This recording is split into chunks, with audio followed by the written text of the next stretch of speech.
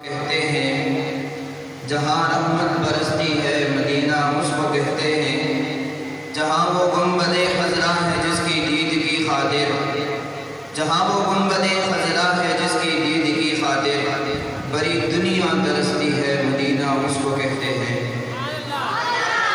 ऐसे नहीं ज़रा बुलंद आवाज़ से कहें सुभान अल्लाह। अल्लाह आपकी जज्बे को सलामत रखे। आप हज़रात के सामने ख़त्म नबूवत के सिलसिले में एक कलाम आप हज़रात के सामने पेश कर रहा हूँ। मेरे साथ